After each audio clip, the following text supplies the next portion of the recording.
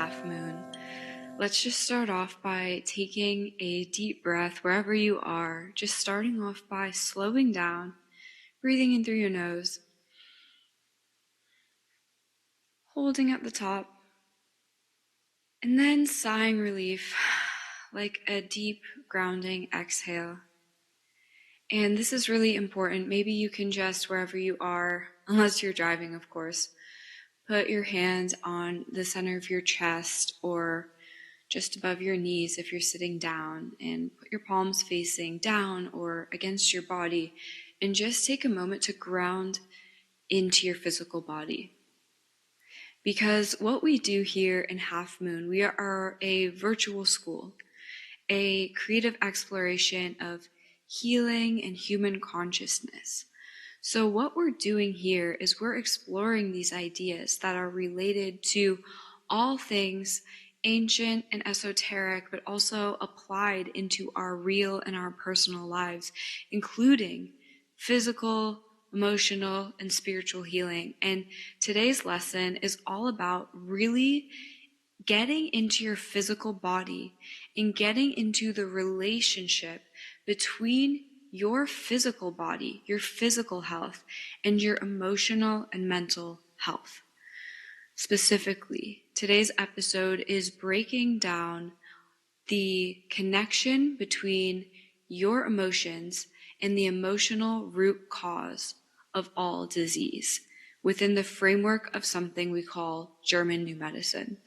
So in this episode, I'm going to break down the basic premise of German New Medicine. We're going to talk about who created it, what exactly it entails, but we're also going to talk about how I apply this in my own personal healing practice and how I do this with my own clients. But before we do, what did you think of that little chime intro? That's a new thing. I'm getting fancier here on episode 4. I'm making this more and more, developed as we go. And like I said way back in my first episode, I think it's really beautiful to share this process with you as we're going, because in that first episode, I talked about how I had wanted to create this podcast for years, but I didn't, because I was constantly giving myself stories about why I couldn't. I was saying again and again, oh, I'm too busy. It's taking too much effort. I just don't have the capacity. And here's the thing. We'll talk about this more in future lessons, future episodes, but we often actually apply our ego, and our ego gets in the way of our channels through false narratives. So what this means is that you are telling yourself stories based on your programming. I didn't expect to talk about the spiral studies, but here we go again, because it really is connected to everything, which is that you're just essentially living out a program. Your subconscious mind is programmed through your experiences, through your indoctrination, through your DNA, and the inherited experiences of your ancestors, to have this program running the story of what is familiar. What is familiar? Of course, this isn't everything, right? I am not saying here that you are 100% to blame for your reality, which is what we talked about in the spiral studies. No, that's not the case. The spiral studies explains that you are not to blame. However, your unconscious mind program through your thoughts, your words, and your actions have a tremendous influence on the world around you. So in this concept, this virtual school, this podcast, I don't like calling it a podcast. I really feel like it's a virtual school. But what this is essentially growing, and you're seeing this happen as I go through my own personal development. Similarly, what we're talking about today in the emotional root cause of all disease, I'm sharing this as I go through this myself, and I'm sharing my personal philosophy and what I'm currently doing with clients, and I believe this to my core, and also I know that this is going to continue to change and continue to expand and continue to evolve. So before we start talking about this even more, I want to say that we are essentially getting back into the body in this episode, and we want to do this in a way where we're opening our mind.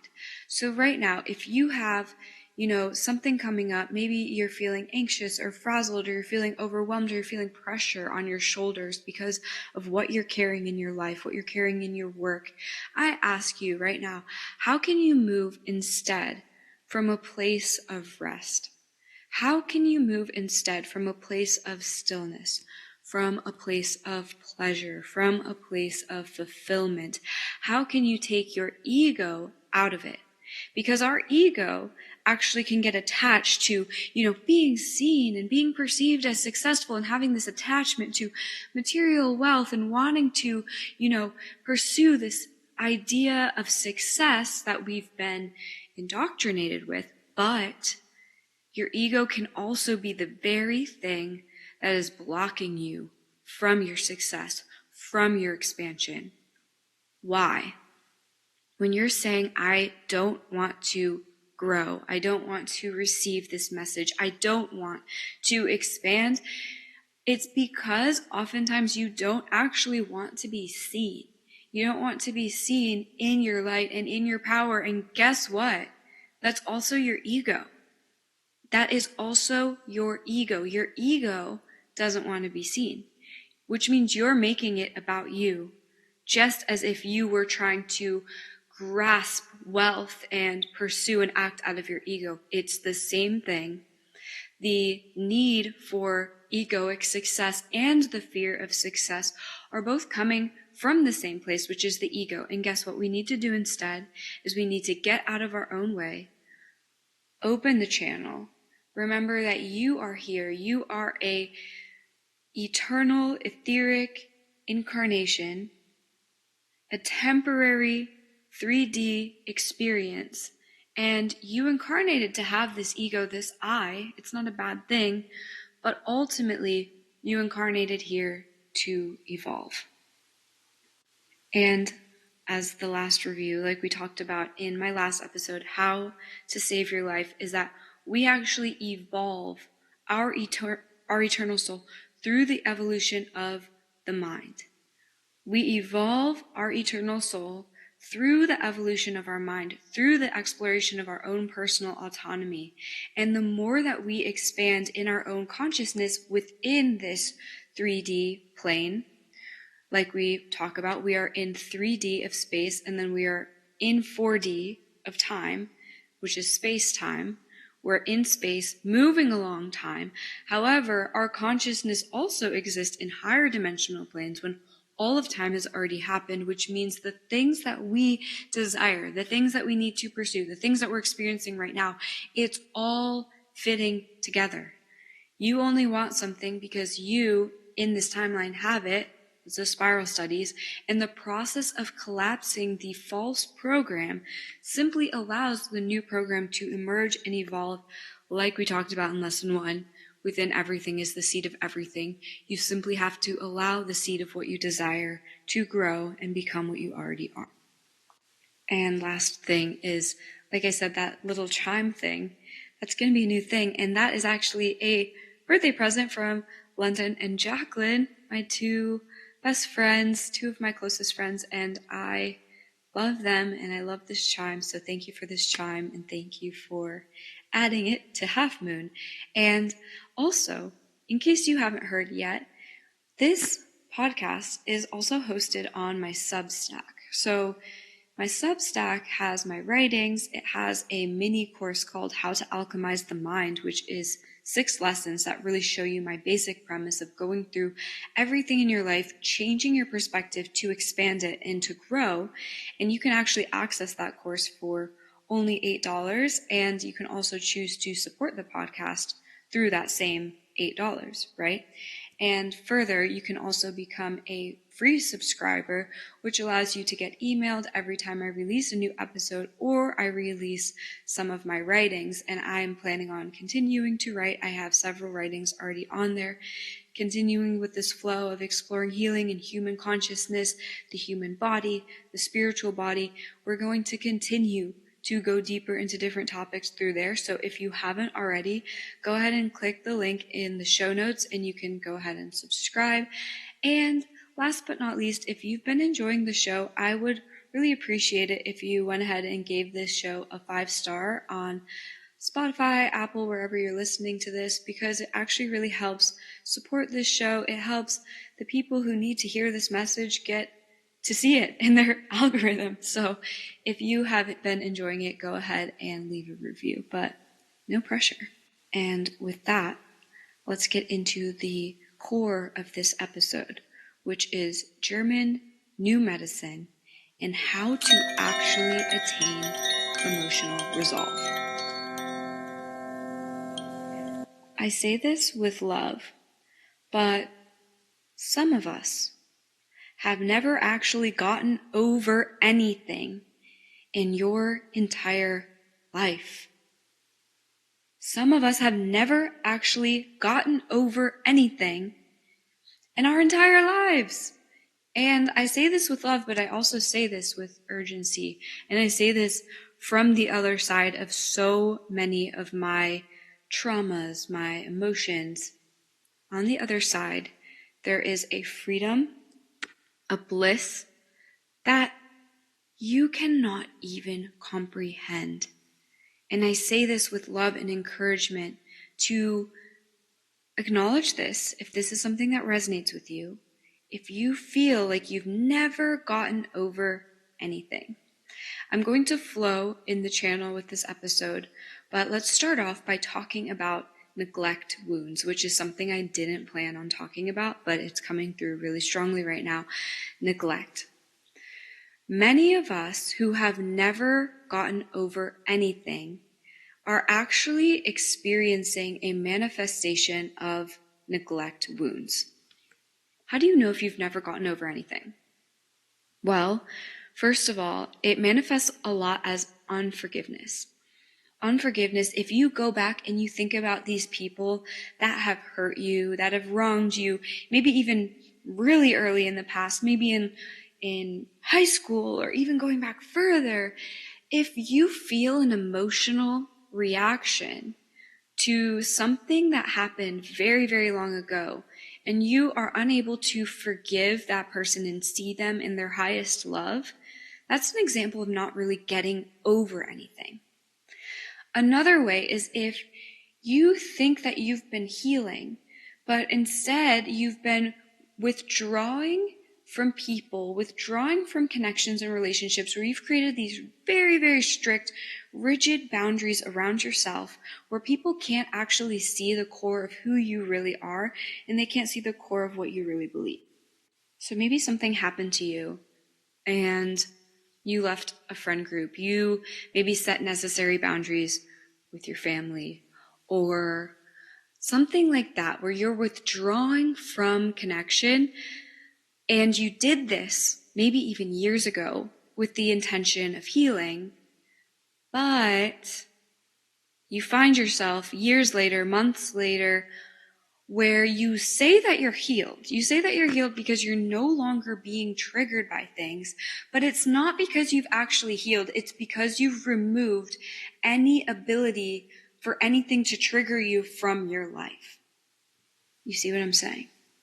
So one thing this can look like is, I think a really common one that I used to see it with myself a lot. I see it still with a lot of my friends, my clients, where you say that you've healed, you say that you've grown so much, but then you go home or you visit your family and it all comes flooding back to you. Hey, that's normal. There's no shame or judgment in anything I'm saying. The only reason I'm saying this is to bring this to your attention, because what this is showing is that healing has not actually occurred. You haven't actually attained emotional resolve. You've completed this first necessary step of removing yourself from your triggers and your situations. It's like, for example, if you get a thorn in your leg and you keep bumping this thorn, you keep hitting it, and your leg isn't actually able to heal. So what you've done now, you've removed the trigger, you've removed the thorn, but the healing actually hasn't happened. The wound isn't just being cut open again and again, but it's not fully healed.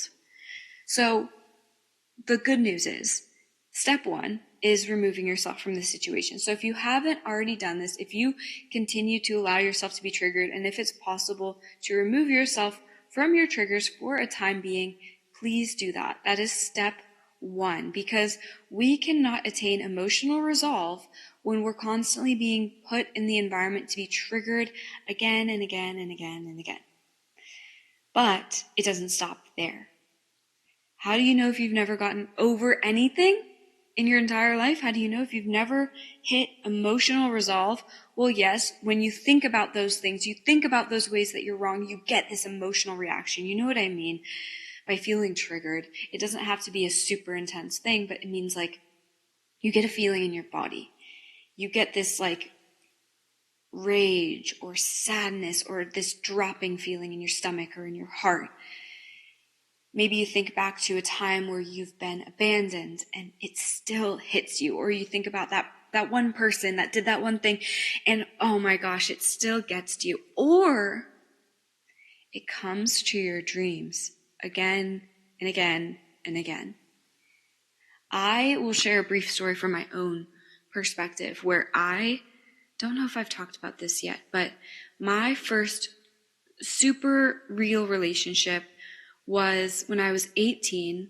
I dated this person who I was madly in love with 4 years prior. I feel like I did say this in the spiral studies, but whatever. So I was so in love with him. And then one day, 2.5 years into our relationship, he just broke up with me out of nowhere. I was, I think, 21. So we had dated, I think, 2.5 years or 3 or something like that.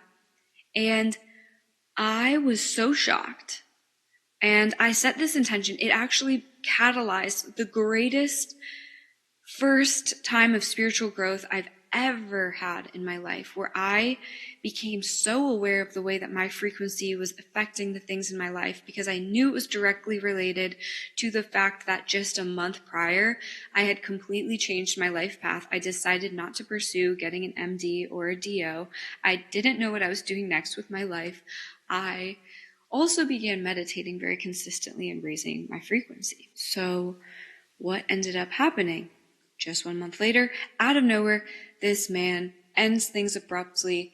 He quits his job. This was a Tuesday night. He quits his job on a Wednesday, and Saturday had moved back across the country, back to our hometown, and we never spoke again. And I'm sharing this story as an example of how I did not have emotional resolve truly with this situation for years. What did this look like for me? Well, I set this intention right away. I knew I had experienced shock and I wanted to allow it to process through my body. So I set this intention, 2 intentions. 1, whenever I felt something about this situation, I would allow myself to cry, to be angry, to experience the full intensity of my emotions without judgment towards myself. And 2, whenever something happened where I would feel the need to take an action, I would do the opposite of that action. So an example is whenever I would feel like I wanted to shut down and go inward, I would go outward. I would go out with my friends. I would do things. And then when I thought, okay, well, I had these summer plans with this person and now I don't know what I'm going to do, I did the opposite. I signed up for a study abroad program. I found an internship in Kenya and I spent my first summer traveling solo, catalyzing truly the rest of my adulthood. I say this now. Looking back, that was the best thing to ever happen to me. Guess what? I don't really think everything happens for a reason. I feel like that's too simplistic. I feel like that is kind of almost demeaning to people when horrible things happen and you tell them everything happens for a reason. But one thing I will say, and I will say with confidence, is that everything fits together. It fits together perfectly. And the other thing is that you have the power to explore the limits of your own personal autonomy by starting this work. Okay, so fast forward, it's like 4 months later after the breakup. I'm in Austria. I just posted a Substack writing about that little trip in Austria. And then coming back from Austria, I went to an internship with an NGO, a Kenyan NGO. And then I came back and I had this transformative year, I could go on and on, give you my whole life story. I won't do that. But what I will say is that I experienced so much growth from that breakup, way more growth than I had ever experienced in that relationship. And I look back, and I had looked back, and I said, that was the best thing that ever happened to me. Because here I am now, I'm doing everything I wanted to do, and I look at his life, and I see he, no hate, but didn't do the things he wanted to do. And I see he was not on the same track as me. He wasn't growing with me. He wouldn't have grown with me. And if I had stayed in that connection, it would have held me back to an almost absurd degree. So that's another thing I'll say, is if you're somebody who hasn't experienced emotional resolve, and you're experiencing, the resurfacing of these patterns in your life and your emotional life and your dream world, guess what? If you're listening to this, you have a lot to do on this planet. You are not here to live a comfortable life. You're not. You are here to expand the collective human consciousness. That's who this podcast, this virtual school, is for. If that doesn't resonate with you, now's your time to exit the episode. I don't know, I'm being a little bit more harsh today, but no, you are not here to live this comfortable little fairy tale life. It's not true. You can manifest. You can have everything you ever want. I'm not saying that, but I'm saying the purpose behind that for Half Moon students is not to have the end result be, oh, now I'm rich and I have my lover and I have my nice job and my 2 kids and my white picket fence. No. Your job is to connect with the purpose of your soul. Your job is to explore your own personal autonomy through the expansion of your human consciousness. When you expand your human consciousness, you will see in this 3D plane, there is duality. The more you expand, the more you see. There is the best, the most high vibrational, expansive life. And there is also horror and atrocity beyond your wildest dreams. And by expanding your consciousness, you will see both. And you need to see both so you can see your role in bringing more light, in expanding this earth out of this dualistic plane to oneness, to unity. The earth is going through an ascension process right now, and you have a critical role to play. If you don't know your role, go back to lesson 1. Within everything is the seed of everything, because your soul's purpose, your path here, is to pursue your desire like a seed becomes a tree. You are the earth maintaining homeostasis. Yes, that happens through expansion, through manifestation, but that's not why, and that's not where it ends. And it's not how it happens. How it happens is through the physical body. It happens through the physical vessel, which requires us to perceive our emotional patterns that have been trapped in our psyches and our unconscious mind, filtering through our nervous system, through our fascia, stored in our cells, and attain that emotional resolve so that we no longer have limits to the pursuit of our soul's purpose. That is what we're doing today. Okay. So I said this story, right? I go through this horrible breakup. I cry. I'm mad. I go through all of this process. I allow myself to have the process. And then I also make a commitment to do the opposite, to grow, to expand. And I have the most expansive experience up to that point in my life. And I say that was the best thing that ever happened to me. And I say I've emotionally resolved. But guess what? Guess what? I would still think of him. I would still dream of him, especially when I went back home. When I went back to my parents' house, which is where I was in love with him through high school, where I dated him after high school and in early college, he would come back to my dreams. And sometimes there would be emotional reactions. Sometimes it would just be senseless and it didn't really feel like it had any meaning. And then what? Then I pursue a relationship after that had very, very similar patterns to that person. So while I had told myself, oh, I've resolved this, I'm so powerful, I've manifested this big life for myself, in my psyche, in the deep, dark recesses of my subconscious mind, he kept coming back. And this is something I see so often. What this means is you have not attained emotional resolve. I'm going to be blunt. You have not attained emotional resolve if these patterns are in your psyche. How do you do it?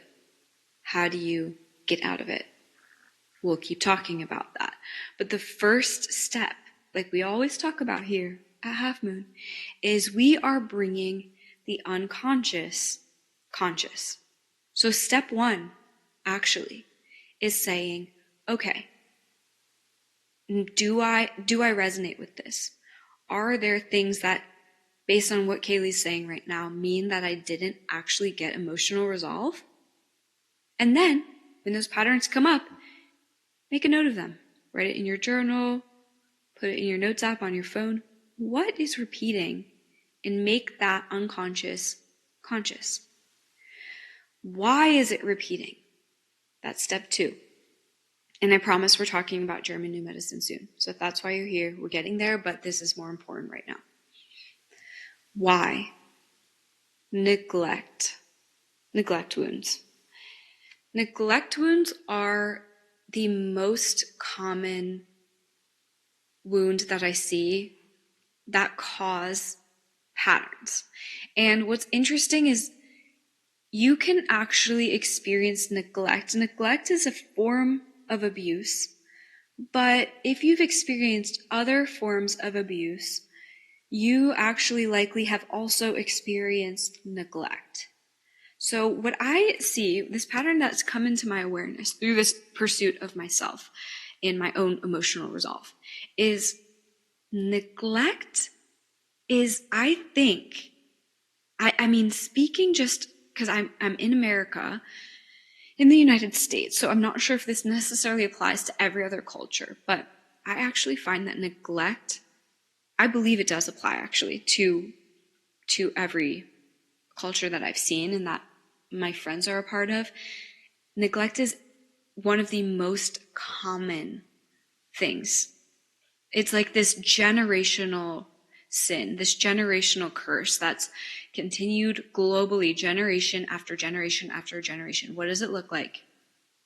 When you're a child, when you're forming, your psyche's developing, your spiritual body's developing, you have these emotional experiences. You have these experiences throughout your life, and you don't have a safe place to go and be seen and be held fully in them. Why? Okay, I'm going to say an example. So often, parents are doing the best they can. Even parents that neglect, even parents that abuse, often are actually just perpetuating the abuse and the neglect that they themselves experienced, and their life experiences never gave them the opportunity to even acknowledge their own suffering and their own wounds. Some people that are totally unconscious are people that have been through the most, and their generational line has been through the most, and they've lived this life of stimulation through work. They have to work to live. They have friends. They're looking for things outside of themselves, so they never actually look inside and see, okay, what happened to me? And this is also because it actually requires support. It requires time, patience, the ability to be safe enough to even start to process this. So if we think about human development and our cultural development globally, most of us, since the Industrial Revolution, have had to work so hard to survive. Imagine this. Going back to lesson 1. We are, as humans, existing mostly in these tribes. These tribes where we're connected with each other. We're dependent on each other. Each person in the tribe fulfills a role. And what we do most of the day is we gather food. We connect with people. We go out, and sometimes it's winter and it's harsh, and you go out and you have to go, like the men go out and find the hunt, and they bring it back, and the women are back and making crafts and connecting with each other, with the children. And there's this sense of connection and community where actually most of our time, while we didn't have phones and TVs and big houses, we have connection and community and this sense of living in communion with each other. And that's what humans did throughout their evolutionary development, hundreds of thousands of years. Okay. Then we start building civilizations, and we start separating ourselves from that time. And this progresses and progresses for about 10,000 years, starting back in Mesopotamia. I can't really speak to every culture and civilization, but what I can say is that really we have feudalism, where people begin to be in castes and separate and have suffering. But then we have, in the 1800s, the Industrial Revolution, where now the cultural values, especially in the West, have shifted so that people now have to work and work and work to produce profit, to just barely scrape by. When is there time for connection? When is there time to have emotional resolve, to begin processing? Okay, and me just saying this, honestly, is requiring to also talk about other forms where this happened in more aggressive, egregious ways. And again, like we talk about in Half Moon, when we're expanding our consciousness, it actually requires us to look at the dark and the atrocities too. So let's also consider slavery as one of the earliest and most vile atrocities that stripped people of their sense of community, stripped people of their ability to process their emotions, to emotionally connect, to have a fulfilling life and role in the tribe. Instead, people for generations and generations were forced into perpetual labor with no means of freedom or reward. Talk about generational abuse and trauma. So we have that prior to the Industrial Revolution. Prior to the Industrial Revolution, we also have colonization and the devastation of indigenous communities around the world, also intersecting with slavery. And these are all examples where humans now, in different ways, are stripped of their ability to process their feelings. So now, if we think about our modern times, and of course I could go on and on about all of these different ways and all of these different things that have happened to people in different cultures, different communities. I say this now so you know, if I didn't mention your specific backgrounds, I acknowledge that. We are going to talk about different things on this podcast, but we need to understand we're going to move now to broadly speaking about where we are now, making broad generalizations across different communities, different cultures.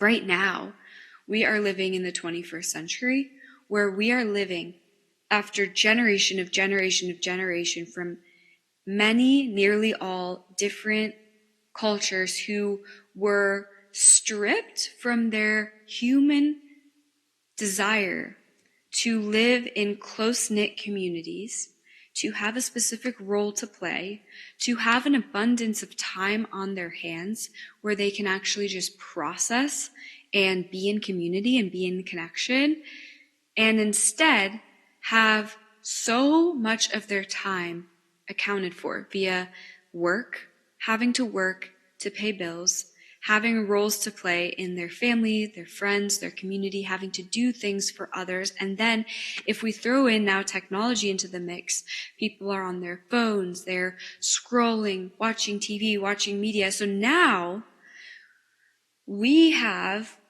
an entire population of people that don't process their own abuse, their own neglect, because they have so much stimulation and obligation that prevents them from doing that.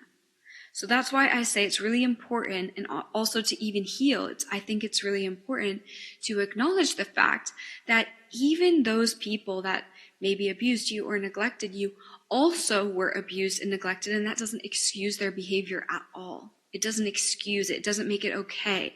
But it does make it make sense. It makes it fit into this framework, which allows your consciousness to expand and grow. And that's the first step, is to say, okay, most of us never actually had a safe place to go to.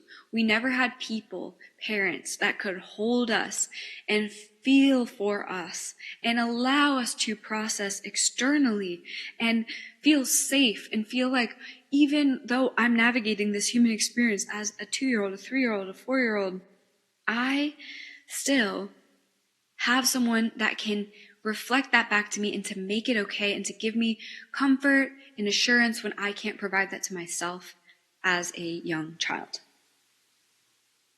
That is a tragedy. That is a neglect wound. And that is also because those people, those parents, those caregivers had their own neglect wounds, had their own abuse wounds, that their psyches never had the opportunity to process. Their nervous systems were too overloaded to actually provide you with that space for you. So yes, you are experiencing a neglect wound, but it's not because these people are necessarily worthy of you having eternal anger and resentment towards them. Like I always say, we need to process and feel honestly. We can experience grief, we can experience anger, and if these people are truly people we cannot have in our lives, then we should remove them from our lives. But step 2 of healing is beyond acknowledgement, understanding why, understanding where we are as a collective in this experience, and getting that first step with our minds to kind of move above just that suffering, that loop of suffering, move above and say, oh, there's something bigger happening. It's not just about me. It's not just my wounds. It's a collective wound, which means I don't have to source my motivation for healing out of my own love for myself. I can actually source it from something higher. I can source it from source itself, in understanding that I'm here now to expand my consciousness, to bring that light and that love down and heal neglect wounds in myself so that I actually can attain emotional resolve. When we can't experience emotional resolve, it's because of neglect wounds. It's because we never actually, in our early childhood, had the opportunity to truly feel the safety of emotional resolution through our caregivers and our parents. And that, guess what? That is so common. So many people that have avoidant attachment styles are actually people who have experienced so much neglect in their lives that they actually don't feel safe enough to even form that connection. And on the other hand, people who are really anxious attachment also likely have also experienced some form of neglect as well. If we get into the biological perspective, what's really happening here is that humans have this need for a hormone called oxytocin. You might have heard of oxytocin in its use in labor. So oxytocin is actually what allows contractions in labor to happen. It fluctuates in labor. Oxytocin also allows breast milk to flow once a woman gives birth. And pitocin, which is what's given to women when they're in labor in the hospital, if they need more help with their contractions, is actually just synthetic oxytocin. It's the same exact chemical structure. So what happens is this hormone is not just for labor and giving birth. It's also formed when humans are cuddling with each other. It's also formed after orgasm in sex. It's this means of deep, profound connection psychologically, and I believe spiritually, which is something that's another rabbit hole we'll go down in future lessons. But what we need to know is that oxytocin is this critical hormone for everybody in human development, human psychology, and you as a young child should get oxytocin through physical contact with your mother and your parents and your community, through safe, loving touch, and through the overall sense of safety. How fascinating is that hormone that's for connection, that allows us to create bonds with one another, is actually synthesized through safety. It's synthesized through the sense of safety and human connection. So, where does this leave us now? One thing that's actually really, really fascinating is that we have neglect wounds through oxytocin depletion. So when we aren't getting that connection, it's actually impacting our hormones, it's impacting our brain development, so we are producing less oxytocin in order to survive. The human brain, the human psyche and body, the subconscious mind is designed to allow you to be alive. It's not very concerned about your pleasure and your safety as much as it's concerned with being alive, with survival, with this very base desire to continue the species. So when you're a young child and you're experiencing a lot of neglect, it manifests later with continued oxytocin depletion. When your oxytocin is chronically depleted, you're not actually ever experiencing enough safety to attain that emotional resolution. So, where does that leave us? That leaves us in that unconscious mind, perpetuating patterns, perpetuating cycles in our external lives that can be collapsed with the spiral system, but it leaves us with these patterns of unsafety because unsafety is familiar. This is what I do a lot with my clients, is I actually tell them, guess what? If you've gone since your early childhood with no oxytocin, you know what's going to feel extremely unsafe for your subconscious mind? The feeling of safety. Your body will start to feel safe, and then your subconscious mind will start to freak out if you go too fast, if you're too safe all at once. It's going to say, whoa, this is not familiar. Sabotage. Sabotage program. Get going. And when this happens, you will experience, the resurgence of old patterns, even just this physical feeling of unsafety in the body. Sometimes I'll walk clients through oxytocin generating meditation, which allows you to just offer very light, safe physical touch in the sense of safety to yourself. And then I have a recording of that. And so many times my clients will say, hey, I felt so good when I did that meditation live with you in the session. But then when I did it on my own, I couldn't do it. It's because we are oxytocin depleted.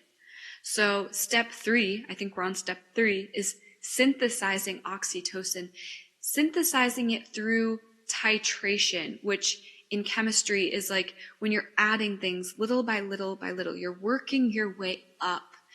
Again, that's why step 2, we said bringing the unconscious conscious, or wait, maybe that was step 1. I don't know, because I'm just flowing with this. I know I'm on step 3, but basically, step 3 is building up that oxytocin. So what we need to do to build oxytocin, we need to provide safety. So it actually kind of goes back to step 1 and going back to the beginning, removing relationships in your life that are not serving you. I know I said, understand why they did that, understand the collective wound. It doesn't matter. You actually need sometimes that expansion of your consciousness to then make the decision in step 3, that understanding of you have to get your triggers out. That's why we get the triggers out. We need to cultivate safety. We cannot be living in unsafety. We cannot be living in fear. We can offer light, gentle, physical touch to ourselves. I like to say, hugging onto a pillow or a stuffed animal. I also really advise you to create a safe environment for yourself. Create an environment that feels safe. Clean your home. Get rid of clutter. Make it safe and clean and make it beautiful. Oxytocin, like we said, is in cuddling, in childbirth, but it's also sex. It's like in pleasure. We need to embody beauty, pleasure, and love in our external environments, in the clothes that you wear. Wear clothes that are flowy and loose and have natural fibers and that make you feel embodied. Wear unique jewelry. Do your hair. Do your makeup. Embody pleasure and self-love to cultivate oxytocin. Understand there's a reason that you're doing this. This is creating oxytocin. This is creating a sense of safety. And then have deep compassion for yourself when then you've done that and then, things fall apart, and acknowledge to yourself, hey, this is just me titrating my oxytocin up. It doesn't come all at once. I cultivate safety in my body slowly. I cultivate safety in my environment slowly. This is a process. This is a spiral. Again, the spiral system, the spiral studies. Do the seminar if you haven't done the seminar yet, so that you can see if the system resonates with you right now. Because we create and we collapse old patterns through titration, through spiraling, through slow, meticulous intention, and through the connection to the human, the physical body. Okay? That is step 3, cultivate enough safety and oxytocin. Last thing about step 3 is to understand, guess what? Again, the backgrounds in biochemistry, the naturopathic medical student, science studier girl is coming back to tell you dopamine antagonizes oxytocin. That is literally what's happening. So we live in a society that is craving dopamine, like in literally everything. We are scrolling on our phones. We literally create dopamine addictive pathways through our food, through the shows that we watch, through this need for desire. And there is a difference between pleasure from oxytocin and pleasure from dopamine. And guess what? I think of it like, how people describe the difference between happiness and joy, how happiness is almost like this light and it's fleeting. It's not bad, but joy is like a deeper thing. It goes inside of every cell, and it's something that's like brighter and more expansive. Joy is actually like oxytocin in my mind. That's how I think about it. Happiness is dopamine. Joy is oxytocin. Joy is deep pleasure, whereas dopamine is more fleeting. Understand that we live in this world that's designed to prey upon your dopamine pathways. It is like these claws. And understand your neurochemistry is now adapted. We all have these addictive pathways in our brain through dopamine pathways. How do we disrupt them? Through titration. Instead of trying to be harsh on yourself and force yourself out of addiction, just be aware of it. And just know that as you are cultivating oxytocin, acknowledge, your own craving for dopamine. And again, dopamine is natural. It's not bad, but one way that we can actually think about it is like, don't go on your phone in the morning. I'm gonna be your mom, and I'm gonna tell you that. Just don't do it, okay? And also, don't do it at night. Just be real with yourself. It is actually priming your brain in the morning to seek dopamine throughout the day. If you're going to your dopamine phone in the morning and in the evening, you're literally priming your dream world to scroll. I actually had this very dystopian moment. It was literally last week, I'm gonna be real, where I was scrolling on my phone on TikTok in my dream. That was very scary to me. I'm like somebody who's gone through phases, long periods without social media entirely. And I think that might be why I'm a little bit hyper aware of it, of like how significantly it impacts us and numbs us through dopamine flashing lights. One way that can be helpful is actually putting your phone on grayscale mode. If you don't do that, maybe do that. And I also like to turn my phone red so we're not having so much blue light. I can like maybe try to explain how to do that on Substack. I'll add that into maybe like the Substack for this. I'll explain in screenshots how to do that if you have an iPhone, but you can also probably look up on YouTube. Reduce dopamine, expand oxytocin. Okay, finally, we're getting into German New Medicine. So this was coined by a German physician. His name was Dr. Gerd Hammer. Dr. Hammer. I don't speak German, so I apologize to my German friends if I'm butchering this. Probably I am. But what's interesting about this, okay, first of all, when I've posted about this before, I do get sometimes like a few comments that are like, hey, this is messed up, and there's messed up things about Dr. Hammer, and you know what? I haven't gone too deep in the rabbit hole about what was wrong with him, but I'm going to say that this is a general framework. I am not this cult German New Medicine follower, and I don't think that it's only emotions that cause your disease. Of course not, but just how a tree has roots.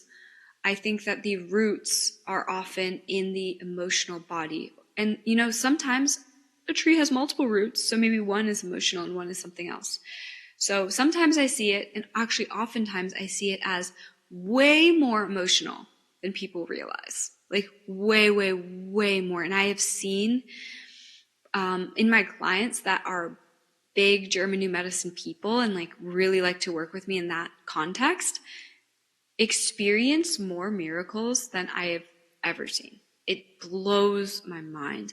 Okay, so German New Medicine is coined by Dr. Hammer. It is an alternative medical model that essentially is connecting emotional conflicts with physical diseases.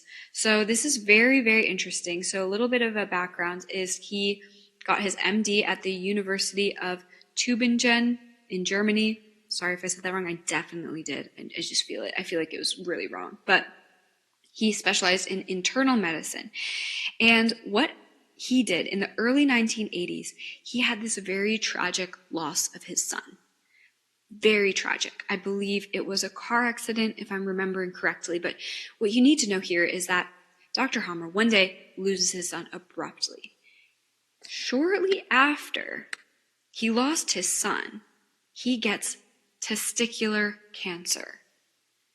He had this realization, wait, why am I getting testicular cancer? I was cancer-free. I lose my son. I experience the most awful shock and trauma a parent can experience. And now I get testicular cancer, specifically testicular. When the testes, of course, are what release the sperm, they produce the sperm that created his son when merged with his mother's egg. There's a connection, there's a pattern. So his theory was like, okay, I don't think this is random. I think what's going on here is there's an emotional connection, and specifically it's connected with the organ that's manifesting the disease. So he continued to pursue this, study this, develop this entire framework that's still expanding today.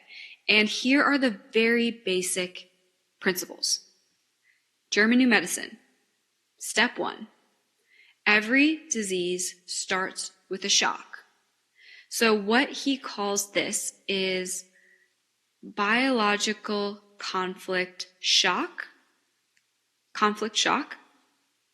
or DHS, Dirkhammer syndrome. So what this is essentially an unexpected, dramatic emotional event, especially one that catches you completely off guard.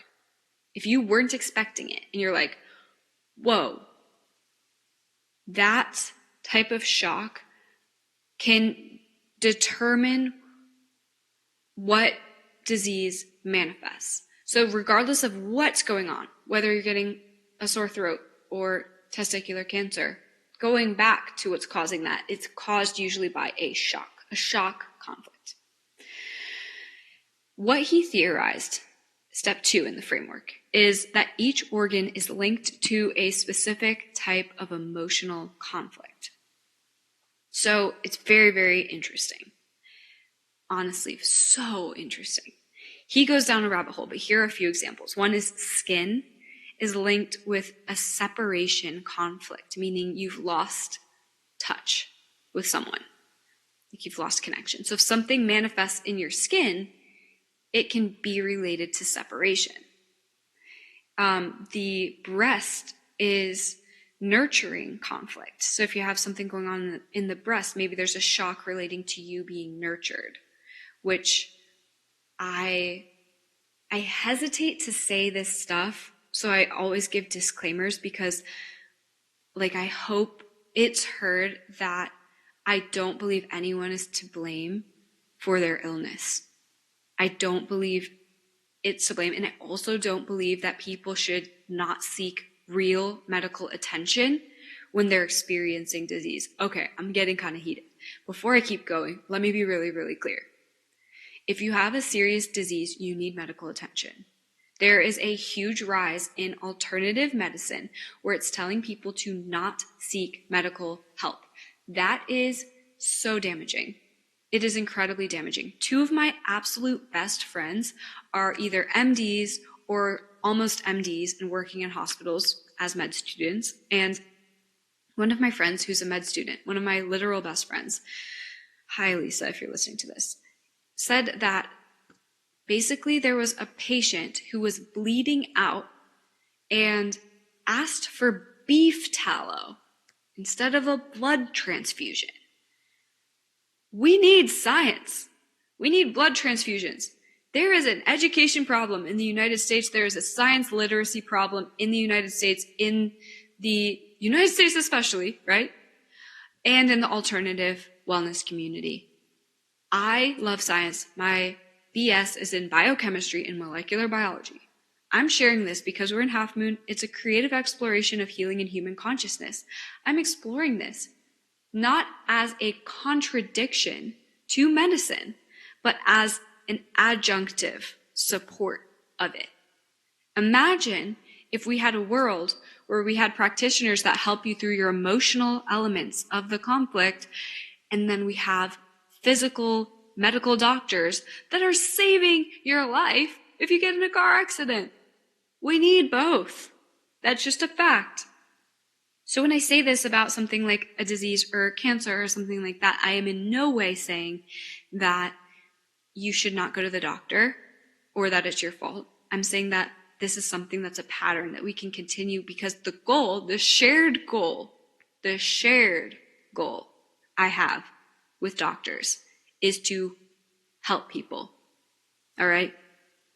So what I was going to say before I went on that whole rant, because that is something that really does bother me, is that I think about breast cancer and the BRCA gene and this idea of it being generational. So if someone has breast cancer several generations in the family, what's interesting about that is it's related to nurturing.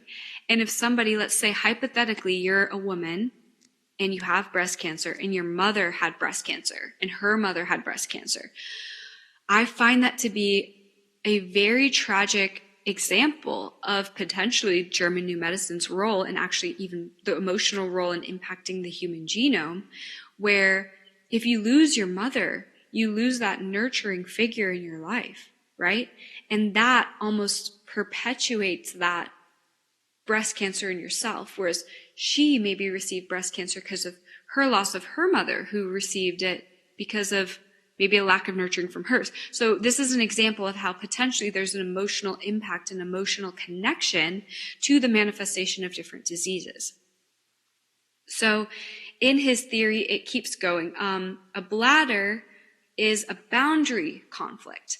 Your territory has been invaded. Your boundaries were not honored or respected. Ooh, I see a lot of people with interstitial cystitis, which if you don't know what that is, it is when the wall of your bladder gets inflamed chronically. And I see people doing herbs, doing antibiotics, doing all these different things. Let's get started adding in emotions to your protocol, because likely you can go back, you can trace that back, and you can find a shock conflict where your boundary was violated shortly before the onset of these physical conditions. Okay, third part of his framework is that the brain, the psyche, and the body, they act as one unit. The psyche, your psychology, your conscious and your unconscious, go into your brain. Your brain translates this into your nervous system. The nervous system ends at an organ, at a system.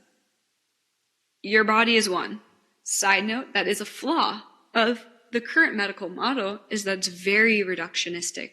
Reductionism is when you're just taking a part and you're studying just one little part and you're saying, oh, I assume if I know this part, then it fits back into the whole. That's not true. We need to look at the connection of everything, which is much harder to do and so much harder to research, because it's very, very, very, very difficult to come up with controls if that's the case. Anywho, that's step 3.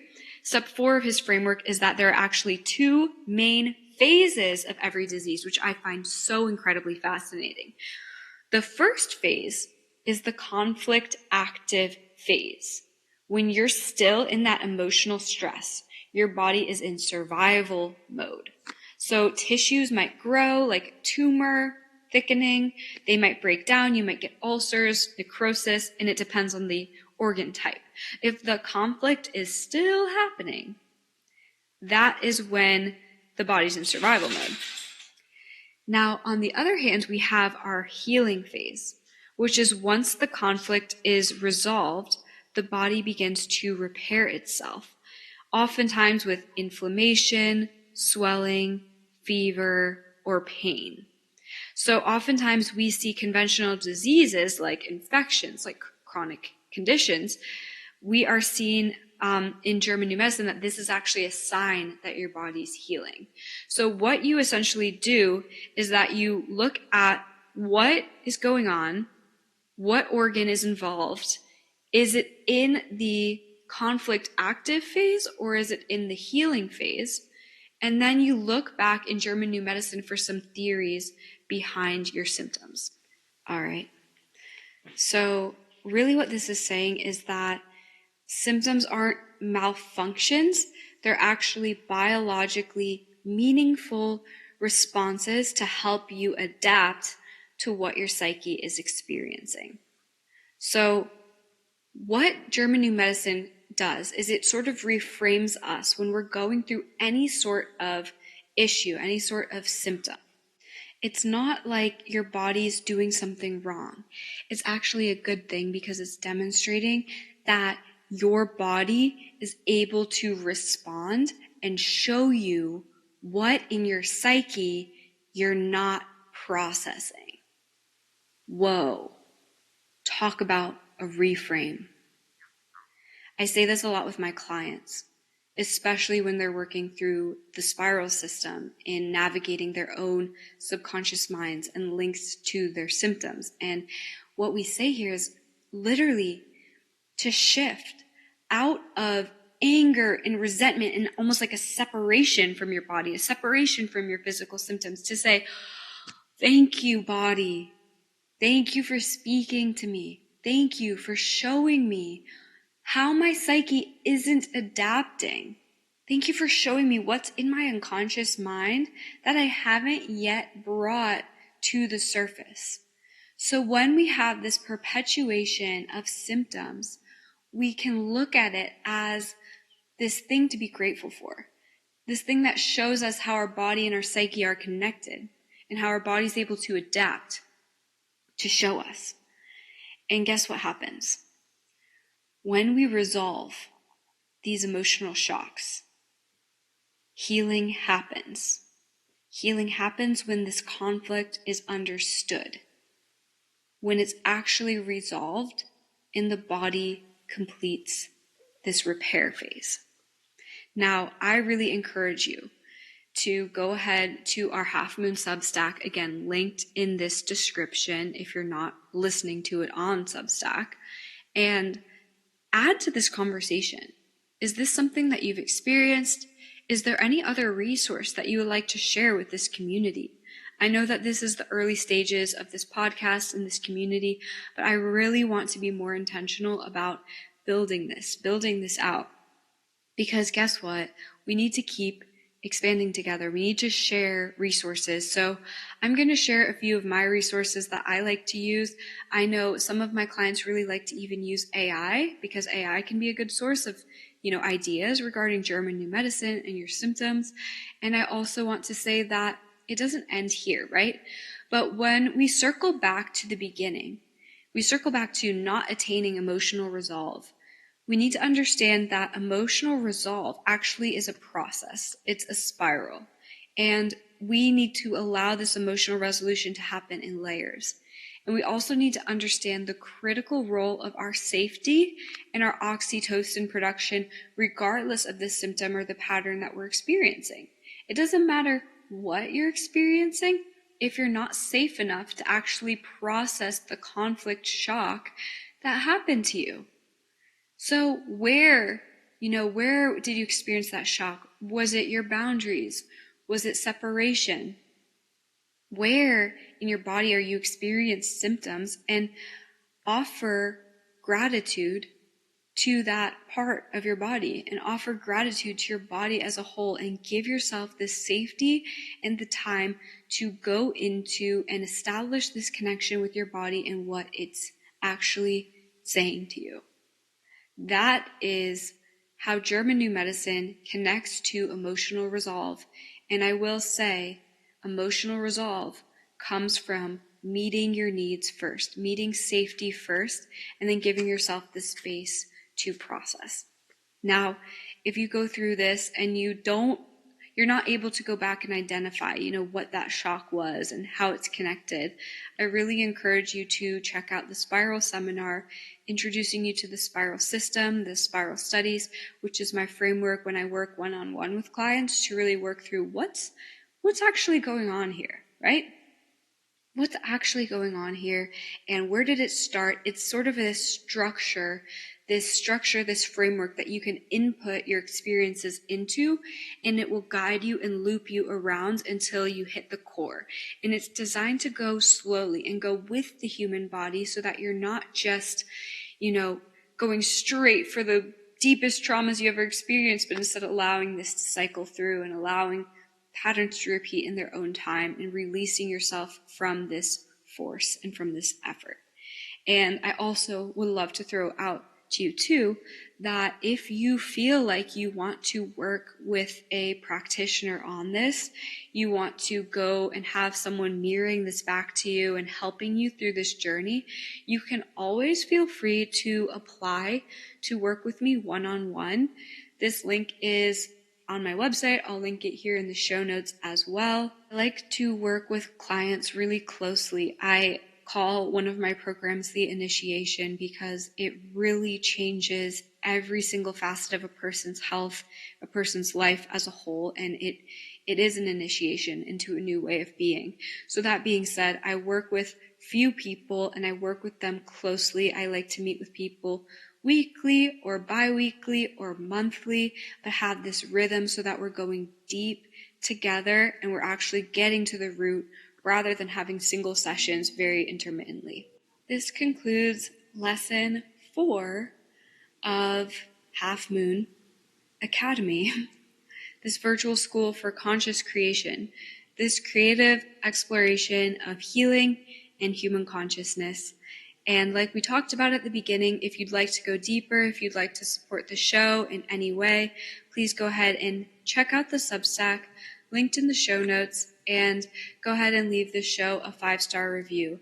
If this resonated with you and you feel like someone else needs to hear it, go ahead and text it to them, share it on your story.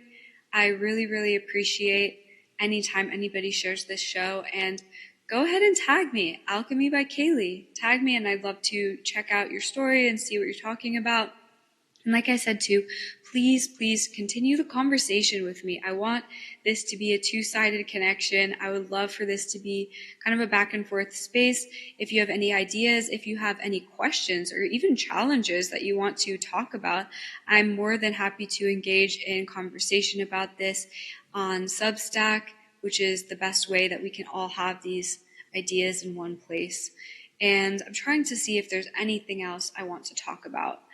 But I think that's it. I think we're going to go more into all of these topics because everything's a spiral, and you can see how everything I talked about here connects with previous episodes as well. So yeah, we're going to keep going deeper and deeper, and I'll just go ahead and end the show with a new segment on the podcast, which I'm calling Car Thoughts. So this is now going to be anytime I think about something random in the car. I'm going to add that to the end of the episode just for fun and give you something else to think about that you can also continue the conversation with on Substack. All right. Love you all so much, and I will see you next week. Remember, we're in fall, so keep slowing down, keep creating safety, light more candles, have more pleasure, have more fun, and I'll talk to you next Monday. Okay, this is Car Thoughts. I'm thinking so much about the fact that so many people that I've met on the internet are telling me that they feel kind of isolated in their communities. They don't really feel like there's anybody in their lives that they can talk to about the stuff that we talk about on Half Moon. We talk about it on my TikTok, my social medias in general. And really what I think is interesting about this is that for so long I've had this idea of doing thought salons. So this was something that literally came to me years ago and actually inspired the beginning of Half Moon. So if you didn't already know, in February of 2025, I started Half Moon Academy, where I had a membership portal that was a little under $9 a month, and basically people would be able to join, and I would have one workshop per month. And this ended up not really being fulfilling to me. I ended up not really resonating with it after about, I think it was 6 to 7 months, which is why I switched it over to Substack, because I found that it was a better platform to really share my thoughts and explore these ideas in a less formal way. But I don't know if it's just maybe it's the vision isn't really clear yet, or maybe it is clear and I'm having difficulty articulating it. But I'm thinking so much about how, thought salons in Paris, they were hosted by women, and they would be in the salon, which is an area of the home, and people would come and they would essentially explore ideas. So it was a place for people to gather. Artists, philosophers, scientists, writers, all of these different people would come, share their ideas, and this concept of sharing ideas and sharing spaces is what allowed this idea to really prosper. Now, when we think about the philosophy of Half Moon, it's a creative exploration of healing in human consciousness, but essentially the larger philosophy is exemplified in my manifesto, which talks about how knowledge is siloed to these different areas of hyper-specialization right now, which in a sense is really good, because hyperspecialization allows our knowledge to progress, but it also can be harmful because we're not exploring the way that these dots all connect. That's the idea of this show, this podcast, is really having a place where these ideas can all connect, which leads me to the other element of this idea that's more long-term, more in the future. I definitely want to create physical locations where people can gather, but my thought now is really what would it look like to create a digital space where people could connect?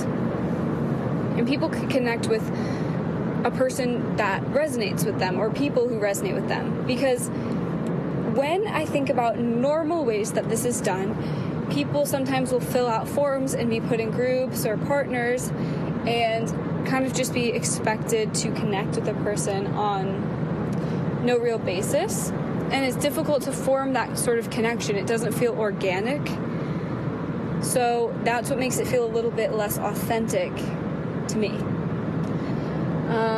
I'm just wondering if you have any ideas about how we can create digital spaces where connection can occur organically, because I love hearing ideas, and right now I'm so privileged to have new internet friends from this journey. But that being said, if this keeps growing, there will be a time where I really can't just keep responding to each person individually forever. Of course, I'll always try to do my best in that, but I feel like what would be so much more fulfilling is for people to connect with each other, but not in a forced way, in a really organic way.